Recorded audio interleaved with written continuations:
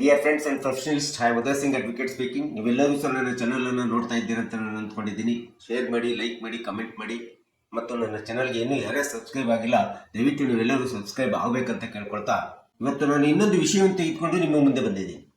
ಇವತ್ತು ನಾನು ಆಯ್ಕೆ ಮಾಡ್ಕೊಂಡಿರ್ತಕ್ಕಂಥ ವಿಷಯ ಅಂತಂದ್ರೆ ಮಾರ್ಟ್ಗೇಜ್ ಪ್ರಾಪರ್ಟಿ, ಅಡಮಾನಿತ ಆಸ್ತಿಯನ್ನ ಖರೀದಿ ಮಾಡುವವರಿಗೆ ಸರ್ವೋಚ್ಚ ನ್ಯಾಯಾಲಯ ಒಂದು ಎಚ್ಚರಿಕೆಯ ಮಹತ್ವದ ತೀರ್ಪನ್ನು ಕೊಟ್ಟಿದೆ.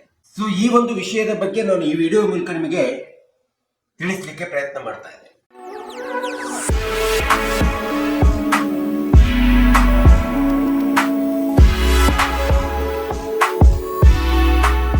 ನಾವು ಯಾವುದೇ ಒಂದು ಆಸ್ತಿಯನ್ನ ಸಹಜವಾಗಿ ಅದು ಮನೆ ಇರ್ಬೋದು, ಹೊಲ ಇರ್ಬೋದು, ಸೈಟ್ ಇರ್ಬೋದು, ಇವುಗಳನ್ನು ಮಾರ್ಟ್ಗೇಜ್ ಮಾಡಿಕೊಂಡು ಅಥವಾ ಅಡಮಾನಿತ ಮಾಡ್ಕೊಂಡ್ಬಿಟ್ಟು ಹಣವನ್ನು ಕೊಡತಕ್ಕಂಥದ್ದು, ತೆಗೆದುಕೊಳ್ಳತಕ್ಕಂಥದ್ದು ಸಹಜವಾದಂತ ಒಂದು ವ್ಯವಹಾರಿಕ ಪ್ರಕ್ರಿಯೆ.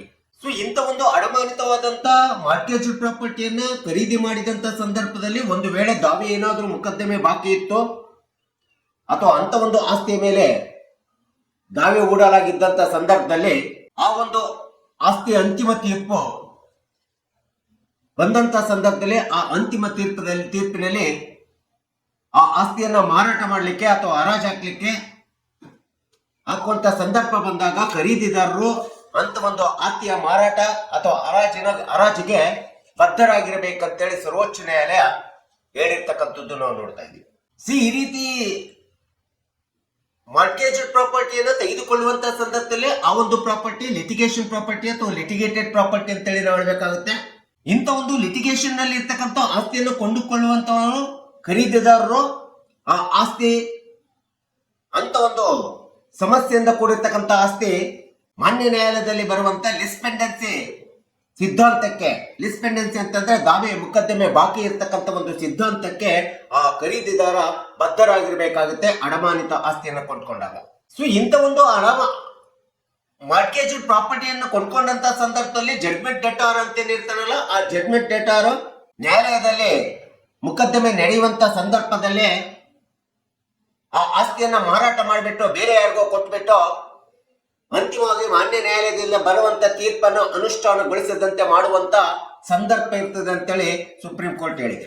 ಸೊ ಇಂಥ ಒಂದು ಆಸ್ತಿ ಯಾರೇ ಕೊಂಡುಕೊಳ್ಳಿ ಅದು ನ್ಯಾಯಾಲಯದಲ್ಲಿರ್ತಕ್ಕಂಥ ವಿಚಾರಣೆಗೆ ನೇರವಾಗಿ ಅನ್ವಯಿಸುತ್ತದೆ ಮತ್ತು ಟ್ರಾನ್ಸ್ಫರ್ ಪ್ರಾಪರ್ಟಿ ಆಕ್ಟ್ 1882 ಪ್ರಕಾರ ಸೆಕ್ಷನ್ 52 ನೇರವಾಗಿ ಇಂಥ ಒಂದು ಆಸ್ತಿಗೆ ಅಟ್ರಾಕ್ಟ್ ಆಗುತ್ತಕ್ಕಂಥದ್ದನ್ನ ನಾವಿಲ್ಲಿ ಕಾಣ್ತಾ ಇದ್ದೇವೆ. ಸೊ ಈ ಒಂದು ಲೆಸ್ಪೆಂಡೆನ್ಸಿ ಸಿದ್ಧಾಂತಕ್ಕೆ 1929ರಲ್ಲಿ ತಿದ್ದುಪಡಿ ತಂದಿದ್ದು ಸಹ ಆ ಒಂದು ಸಿದ್ಧಾಂತದ ಪ್ರಕಾರ ಲೆಸ್ಪೆಂಡೆನ್ಸಿ ಸಿದ್ಧಾಂತ ಬರೀ ನ್ಯಾಯಾಲಯದಲ್ಲಿ ನಡೆಯುವಂತ ಯಾವುದೇ ಒಂದು ಅಡಮಾನಿತ ಆಸ್ತಿಯ ವಿಚಾರಣೆಗಷ್ಟೇ ಸಂಬಂಧಪಟ್ಟಿರದೆ ಅದು ಎಕ್ಸ್ಪರ್ಟಿ ಡಿಗ್ರಿಗೂ ಸಹ ಅನ್ವಯಿಸುತ್ತದೆ, ಏಕಪಕ್ಷೀಯ ತೀರ್ಮಾನಕ್ಕೂ ಸಹ ಅನ್ವಯಿಸುತ್ತದೆ ಎಂಬತಕ್ಕಂಥದ್ದನ್ನ ಸ್ಪಷ್ಟವಾಗಿ ಹೇಳಿರ್ತಕ್ಕಂಥದ್ದು ನಾವಿಲ್ಲಿ ಕಾಣ್ತಾ ಇದ್ದೀವಿ. ಲೆಸ್ಪೆಂಡೆನ್ಸಿ ಸಿದ್ಧಾಂತ ಯಾವಾಗ ಏಕಪಕ್ಷೀಯ ಕಾರ್ಯಾಚರಣೆಗೆ ಅನ್ವಯಿಸುವಂತ ಸಂದರ್ಭದೊಳಗಡೆ ಪಕ್ಷಕಾರರು ಉದ್ದೇಶಪೂರ್ವಕವಾಗಿ ನ್ಯಾಯಾಲಯದ ಮುಂದೆ ಹಾಜರಾಗದೆ ಎಕ್ಸ್ಪರ್ಟಿ ಆಗ್ಬಿಟ್ಟು ಅಂತ ಒಂದು ಆಸ್ತಿಯನ್ನ ಮಾರಾಟ ಮಾಡತಕ್ಕಂಥದ್ದು ಅಥವಾ ಬೇರೆಯವರಿಗೆ ಖರೀದಿಗೆ ಕೊಡ್ತಕ್ಕಂಥ ಕೆಲಸವನ್ನ ಮಾಡಿಬಿಟ್ಟು ಮಾನ್ಯ ನ್ಯಾಯಾಲಯದ ಅಂತಿಮ ತೀರ್ಪನ್ನೇ ವಿಫಲಗೊಳಿಸುವಂತ ಪರಿಸ್ಥಿತಿಗೆ ತಂದು ಇಡತಕ್ಕಂಥದ್ದು ಸಾಧ್ಯತೆ ಇದೆ.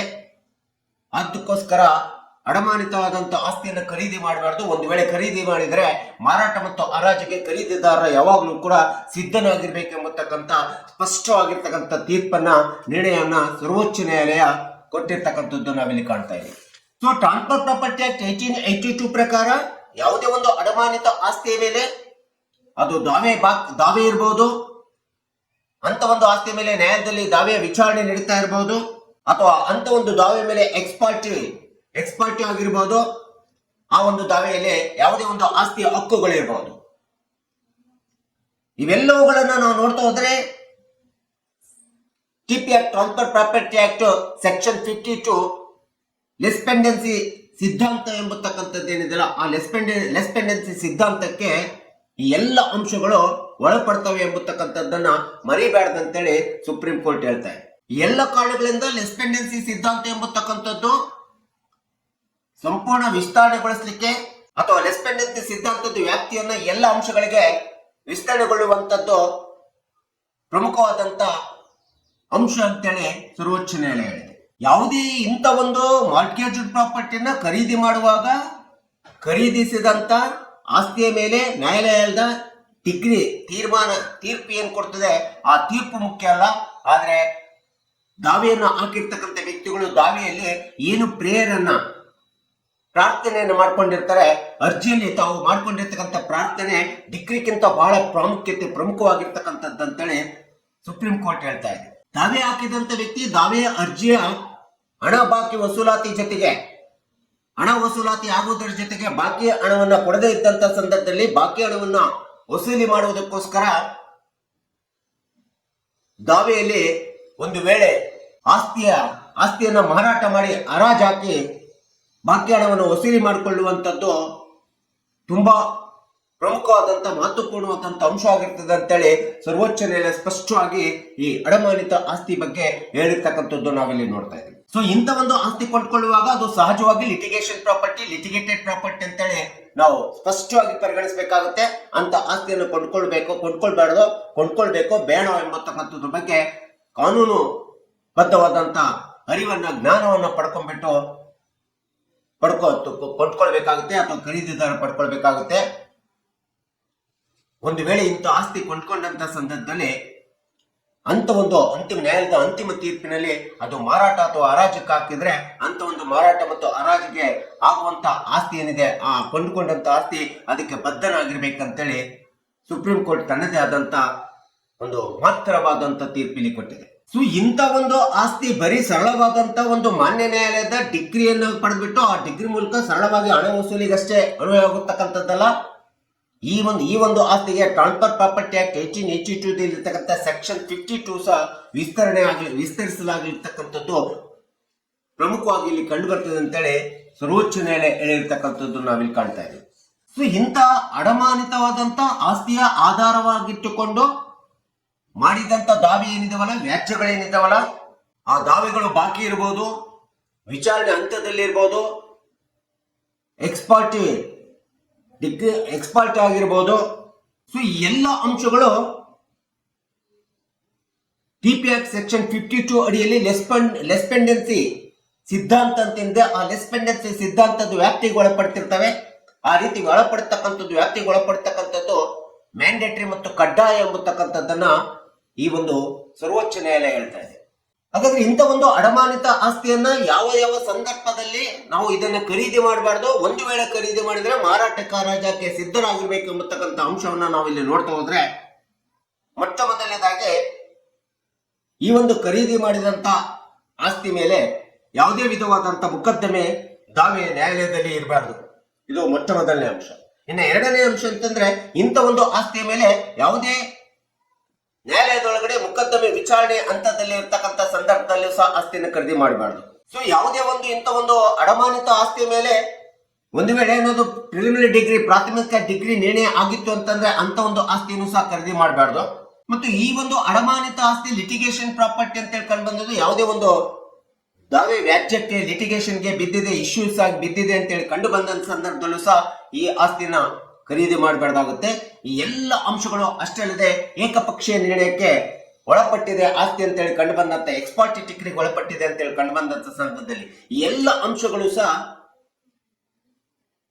ಲಿಸ್ಪೆಂಡೆನ್ಸಿ ಸಿದ್ಧಾಂತ, ದಾವೆ ಬಾಕಿ ಉಳಿದಿದೆ ಎಂಬತಕ್ಕಂಥ ಲಿಸ್ಪೆಂಡೆನ್ಸಿ ಸಿದ್ಧಾಂತಕ್ಕೆ ಈ ಎಲ್ಲ ಅಂಶಗಳು ಒಳಪಡ್ತವೆ ಎಂಬತಕ್ಕಂಥದ್ದನ್ನ ನಾವಿಲ್ಲಿ ನೋಡ್ತಿದೆ. ಇದರ ಜೊತೆಗೆ ಟ್ರಾನ್ಸ್ಫರ್ ಪ್ರಾಪರ್ಟಿ ಆಕ್ಟ್ 1882 ಸೆಕ್ಷನ್ 52 ಸಹ ಇದೆಲ್ಲ ಅಂಶಗಳಿಗೆ ವಿಸ್ತರಣೆ ಆಗತಕ್ಕಂಥ ಆಸ್ತಿ ಆಗುತ್ತೆ. ಅಂತ ಒಂದು ಅಡಮಾನಿತ ಆಸ್ತಿಯನ್ನ ಖರೀದಿ ಮಾಡಬೇಕಾದ್ರೆ ಖರೀದಿದಾರ ತುಂಬಾ ಎಚ್ಚರಿಕೆಯಿಂದ ಇರಬೇಕು. ಆ ಆಸ್ತಿ ಖರೀದಿ ಮಾಡುವುದರಿಂದ ತನಗೆ ಆಗುತ್ತಕ್ಕಂಥ ಅಂತಿಮ ನ್ಯಾಯಾಲಯದ ತೀರ್ಪಿನೊಳಗಡೆ ಅದು ಹರಾಜಿಗೆ ಒಳಪಡಬಹುದು ಅಥವಾ ಮಾರಾಟಕ್ಕೆ ಒಳಪಡಬಹುದು. ಅಂತ ಒಂದು ಹರಾಜು ಮತ್ತು ಮಾರಾಟಕ್ಕೆ ಒಳಪಟ್ಟಂತ ಆ ಒಂದು ಖರೀದಿಸಿದ ಆಸ್ತಿಗೆ ಖರೀದಿದಾರ ಬದ್ಧನಾಗಿರ್ಬೇಕು ಎಂಬತಕ್ಕಂಥ ಒಂದು ಅಡಮಾನಿತ ಆಸ್ತಿ ಖರೀದಿದಾರರಿಗೆ ಸರ್ವೋಚ್ಚ ನ್ಯಾಯಾಲಯ ಅತಿ ಪ್ರಮುಖವಾದಂತ ಒಂದು ಎಚ್ಚರಿಕೆ ಮಹತ್ವದ ಗಂಟೆಯ ತೀರ್ಪನ್ನ ಈ ಒಂದು ವಿಚಾರದಲ್ಲಿ ಹೇಳಿರ್ತಕ್ಕಂಥದ್ದನ್ನ ನಾವೆಲ್ಲರೂ ತಿಳ್ಕೋಬೇಕು ಎಂಬತಕ್ಕಂಥ ಹಿನ್ನೆಲೆಯನ್ನು ಇಟ್ಕೊಂಡು ಕಕ್ಷಿದಾರರಿಗೆ ಸಾರ್ವಜನಿಕರಿಗೆ ಗೊತ್ತಾಗಲಿ ಎಂಬತಕ್ಕಂಥ ಹಿನ್ನೆಲೆಯನ್ನು ಇಟ್ಕೊಂಡು ನಾನು ಈ ವಿಡಿಯೋನ ಮೂಲಕ ಅಡಮಾನಿತ ಆಸ್ತಿ ಖರೀದಿ ಮಾಡುವಾಗ ಸಾರ್ವಜನಿಕರು ಹುಷಾರಾಗಿರ್ಬೇಕು, ತುಂಬಾ ಸೂಕ್ಷ್ಮತೆಯಿಂದ ಇರಬೇಕು ಎಂಬತಕ್ಕಂಥ ಹಿನ್ನೆಲೆಯನ್ನು ಇಟ್ಕೊಂಡು ಈ ವಿಡಿಯೋನ ಮಾಡಿದ್ದೀನಿ. ದಯವಿಟ್ಟು ನನ್ನ ವಿಡಿಯೋ ಇಷ್ಟ ಆಗಿದ್ರೆ ಶೇರ್ ಮಾಡಿ, ಲೈಕ್ ಮಾಡಿ, ಕಮೆಂಟ್ ಮಾಡಿ ಮತ್ತು ನನ್ನ ಚಾನಲ್ಗೆ ಇನ್ನೂ ಯಾರ್ಯಾರು ಸಬ್ಸ್ಕ್ರೈಬ್ ಆಗಿಲ್ಲ ದಯವಿಟ್ಟು ನೀವೆಲ್ಲರೂ ಸಬ್ಸ್ಕ್ರೈಬ್ ಆಗಬೇಕಂತ ಕೇಳ್ಕೊಳ್ತಾ ಇವತ್ತಿನ ವಿಷಯಕ್ಕೆ ವಿರಾಮವನ್ನು ಹೇಳ್ತೀನಿ. ಇನ್ನೊಂದು ವಿಷಯವನ್ನು ತೆಗೆದುಕೊಂಡು ನಾನು ನಿಮ್ಮ ಮುಂದೆ ಬರ್ತೀನಿ. ಜೈ ಹಿಂದ್, ಜೈ ಕರ್ನಾಟಕ.